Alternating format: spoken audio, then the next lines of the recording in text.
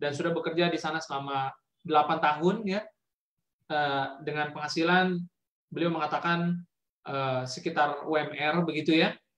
Dan tahu bisnis 3i itu unik ya, dari status Facebook, tapi ternyata beliau tidak join ke sana, tetapi join dengan seseorang yang lebih siap di kantor cabang Batam ya. Nah, seperti apa perjalanannya sampai sekarang bisa mencapai posisi GOAT Agency, tentu ada pasang surutnya. Kita akan cek dan recheck, gali sama-sama. Langsung ke Batam dengan upline dari Pak Sylvester, yaitu GOAT Agency Bapak Brian ya. Boleh ceritakan sedikit nih pengalamannya di PLN seperti apa, Pak? Biar teman-teman tahu waktu di PLN tuh kerjanya sebenarnya ngapain sih, Pak? Gitu. Oke, terima kasih Pak Frans. Baik. Jadi kalau namanya kita sebagai karyawan ya Pak, kita pasti tahulah tugas dan kewajiban sebagai seorang karyawan, dan tentu juga pasti resiko untuk jadi seorang karyawan juga pasti ada. Ya, namanya proses, tapi ya itulah namanya kita sudah merantau ya, sudah merantau jauh-jauh, apapun pekerjaan apapun ini tetap kita lakukan ya, untuk katakanlah untuk bertahan hidup gitu kan, kalau namanya karyawan. Nah, kalau untuk di pekerjaan ya biasa perjalanan jadi karyawan mungkin dari berbagai macam latar belakang, dan terakhir di PLN kurang lebih 8 tahun ya. Dan saya di PLN itu bagian lapangan atau billing ya. Jadi selama 8 tahun tetap di posisi itu, Pak. Oke, kalau untuk pekerjaan, kalau dibilang santai ya santai, kalau bilang ini ya tidak terlalu ini karena kita juga orang lapangan. Ya kalau dibilang banyak ngopinya juga sih. Ya. Cuman yang menjadi ini tantangan terbesar buat saya menyadari Pak, diri saya sendiri bahwa saya seorang karyawan, tentu tidak selamanya saya akan bekerja terus. Mungkin ada beberapa faktor yang bisa membuat saya itu bisa berhenti kerja. Mungkin faktor usia, faktor kesehatan saya, ataupun bisa terjadi faktor perusahaan. Karena tidak bisa menjamin, Pak. Ya. Nah, Pak Brian, sebelum pergi ke Batam, aslinya dari daerah mana, Pak? Oke, Pak. Asli saya dari Flores ND, Pak. Dari Flores ND, ya, di Provinsi NTT. Tepatnya di Kota Pancasila. Ya, Pak? Jauh sekali terbangnya ke Batam. Nah, itulah Pak ya, kalau dibilang kita pergi merantau untuk cari kerja, sebenarnya di Flores juga banyak kerja.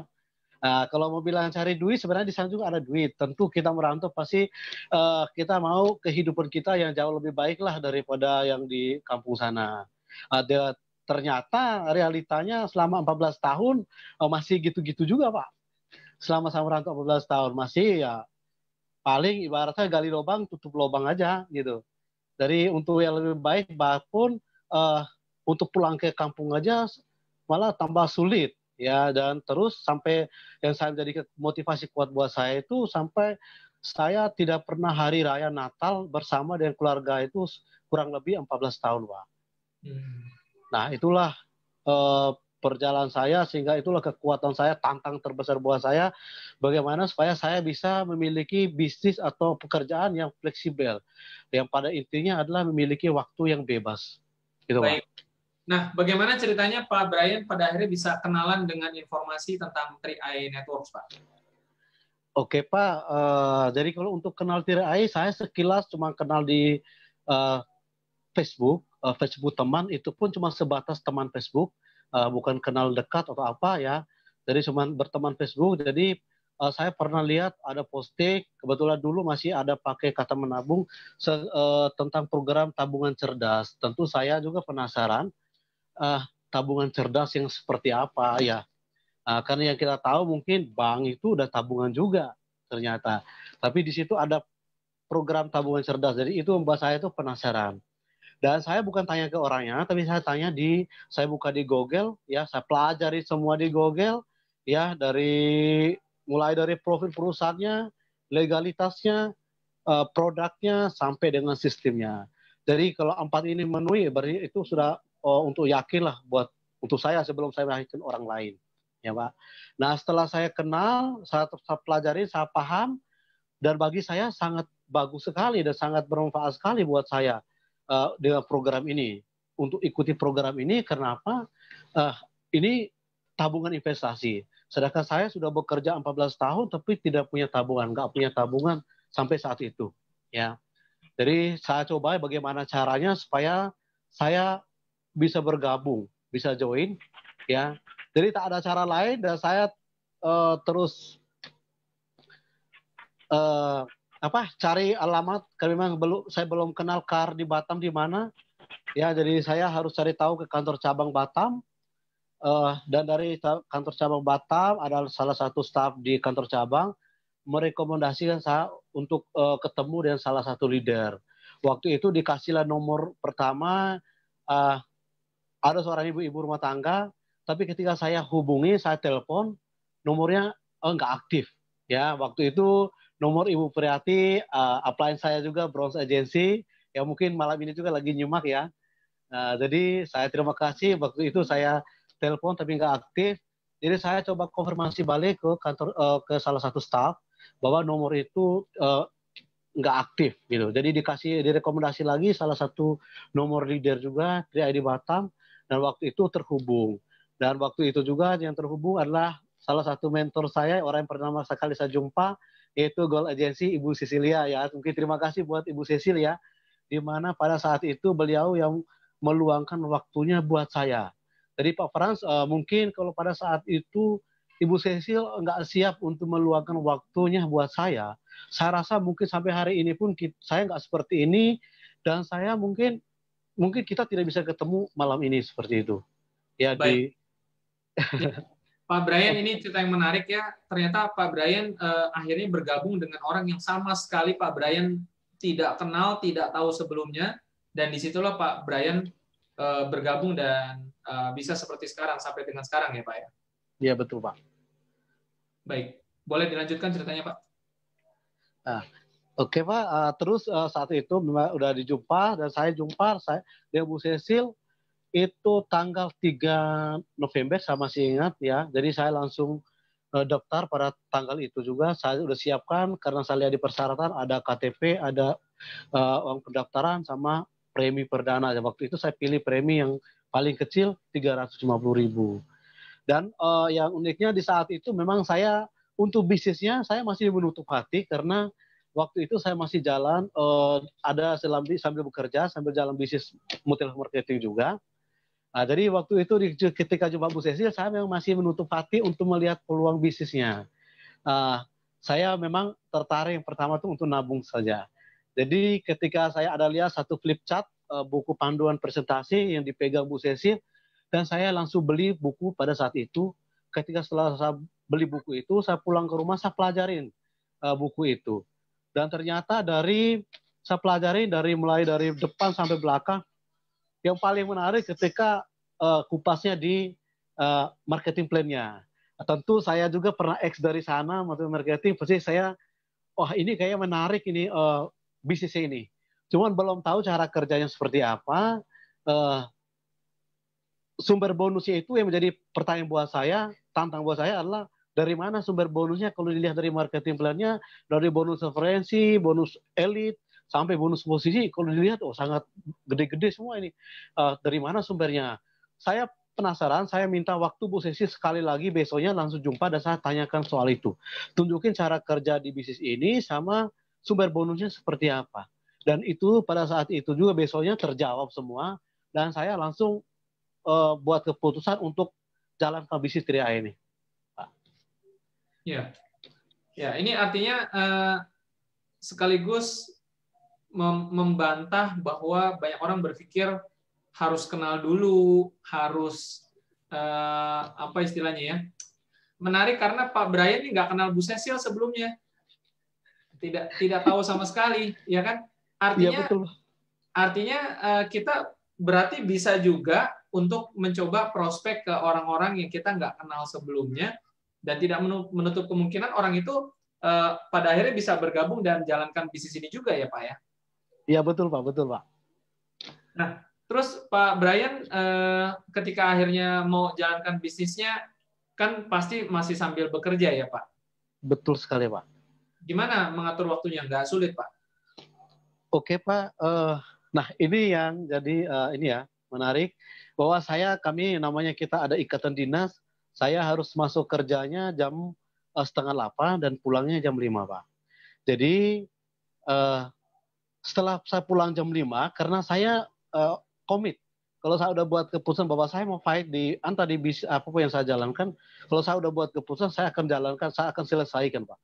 Nah, untuk saya jalankan bisnis ini, itu setelah pulang jam kerja, Pak. Saya pulang jam 5 sampai di rumah, ya mandi, saya makan, terus saya keluar. Yang pasti pada intinya prinsip saya, jangan saya ada di rumah. Nah, saya harus keluar dari rumah setelah saya pulang kerja, saya harus keluar dari rumah untuk presentasi. Karena tentu saya sudah siapkan daftar nama mana yang saya harus jumpa, yang saya harus ketemu untuk berbagi informasi ini. Nah, lalu itu untuk dan butuh waktu, Pak, 1 tahun 3 bulan. Yang jalankan per time itu 1 tahun 3 bulan. Ketika saya sampai di bronze, pas Maret itu saya langsung untuk pengajuan untuk mengundurkan diri atau pensiun muda dari PLN, Pak. Jadi selama 1 tahun 3 bulan itu memang waktu sisa dan saya manfaatkan hari Sabtu dan Minggu, kebetulan libur. Selain Sabtu dan Minggu dan saya pulang kerja 1-2 jam, itu yang saya lakukan, Pak. Tapi saya komit gitu. Ya, menggunakan waktu di luar jam kerja. Ini berarti saya jadi ingat waktu saya juga masih kerja sih. Ya, kita menggunakan waktu di luar jam kerja, pulang kerja, jalankan bisnis ya. Artinya bisnis ini ternyata cukup mudah membagi waktu ya, Pak ya, tidak menuntut terlalu banyak kegiatan juga ya, bisa sambil kerja ya, Pak ya. Betul sekali, Pak. Nah, bagaimana pengalaman pada saat agensi, lalu naik tim agensi, leader agensi, banyak orang yang masih baru memulai kan biasanya meraba-raba. Sebenarnya harus jadi orang hebat sekali atau apa sih yang dikerjain, Pak, supaya bisa naik posisi gitu, Pak? Oke, Pak Frans ya. Jadi kalau untuk awalnya setelah saya memutuskan untuk jalan ke bisnis ini, jadi pas bulan November itu karena masih awal bulan ya, tanggal 4 saya join, saya langsung start. Jadi waktu itu memang saya sempat closing itu 14 orang. 14 orang, tapi jadi saya karena, ketika saya bisa closing 14 orang sebelum close tanggal, waktu itu tanggal 20 ya, 20 kalau salah. Jadi saya jadi takut sendiri gitu. Setelah saya bisa closing 14 orang, karena ini menyangkut uang ini, untuk melibatkan banyak orang. Karena yang waktu di sharing setelah saya pelajarin, apalagi bisnisnya ilegal. Nah, tapi yang menjadi bukti buat saya ini, belum ada tolak ukur saya kalau bilang, oh ini benar nggak bisnis ini legal atau ilegal ini. Jadi kan tolak ukurnya saya lihat pajaknya, PPh 21-nya. Nah, tapi saya belum punya bukti waktu itu untuk PPh 21-nya. Jadi ketika saya udah closing 14 orang, saya jadi ketakutan. Jadi yang saya input data kasih ke Bu Cecil waktu itu, karena saya belum bisa input, itu 6 orang. Yang 8 orangnya saya tahan karena ini udah melibatkan banyak orang. Kalau ada apa-apa, yang dicari bukan perusahaan, tapi yang dicari saya. Gitu. Jadi saya tahan 8 orang, yang inputnya itu 6 orang. Jadi waktu itu saya tunggu bukti, selama bonus belum keluar, saya belum bisa menjalankan apa-apa. Saya nggak gerak. Jadi sampai bonus keluar waktu tanggal 21-22 ya, masih tanggal 21-22 slip bonus keluar. Dan yang saya lihat itu, saya lihat PPh 21-nya. Ketika sudah lihat PPh 21-nya ada. Dan waktu itu saya dari 6 orang itu bonus saya 1.300.000. Dan itulah ibaratkan apinya ada, powernya itu ada. Jadi itu yang menjadi keyakinan saya, sudah totalitas saya bilang, wah ini berarti benar. Terus mau diminta bukti, saya punya bukti. Jadi saya punya pegangan bonus 1.300.000. Itulah senjata buat saya untuk jumpa teman-teman. Ketika minta bukti, saya cuma tunjukkan itu dan saya printkan slip bonus saya sendiri. Bukan nilai yang saya lihat, tapi saya tunjukkan PPh 21 menunjukkan bahwa bisnis ini legal. Gitu, Pak. Baik. Setelah Pak Brian PD yakin dapat bukti, akhirnya kan mulai bergerak. Sekarang sudah posisi gold agensi. Waktu itu berhenti bekerja di posisi bronze. Betul. Saat memutuskan berhenti bekerja, apa yang dirasakan? Apakah khawatir, cemas, atau pede aja?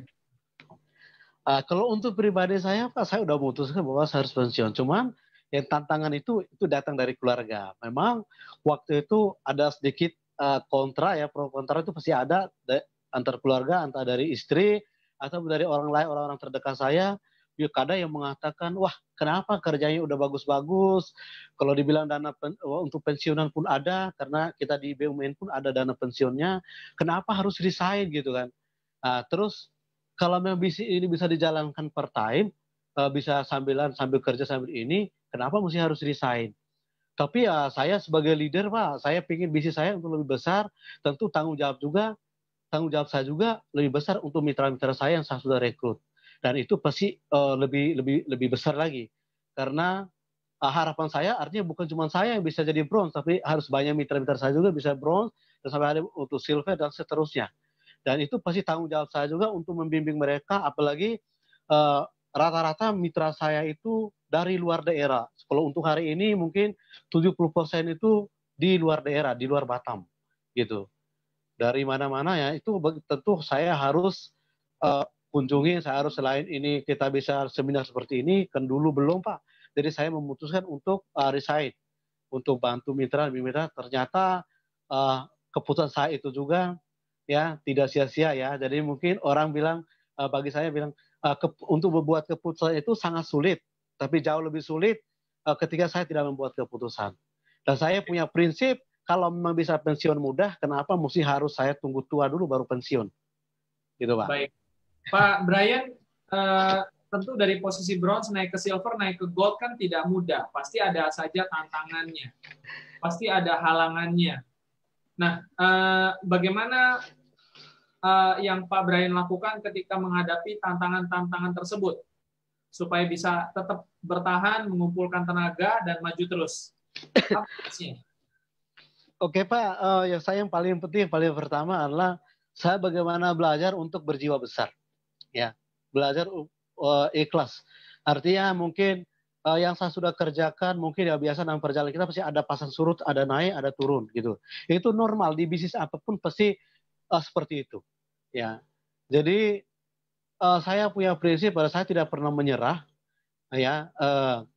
Tapi itu saya jadikan itu menjadi motivasi kuat buat saya. Mungkin Tuhan belum mengizinkan saya untuk duduk di posisi ini atau untuk naik peringkat atau naik posisi ya. Jadi mungkin itu ujian dari Tuhan buat saya. Dan sejauh mana kesabaran saya untuk menghadapi masalah-masalah seperti itu. Dan yang paling pertama saya berjiwa besar, saya ikhlas, saya bangun lagi, kerja lagi, seperti itu Pak.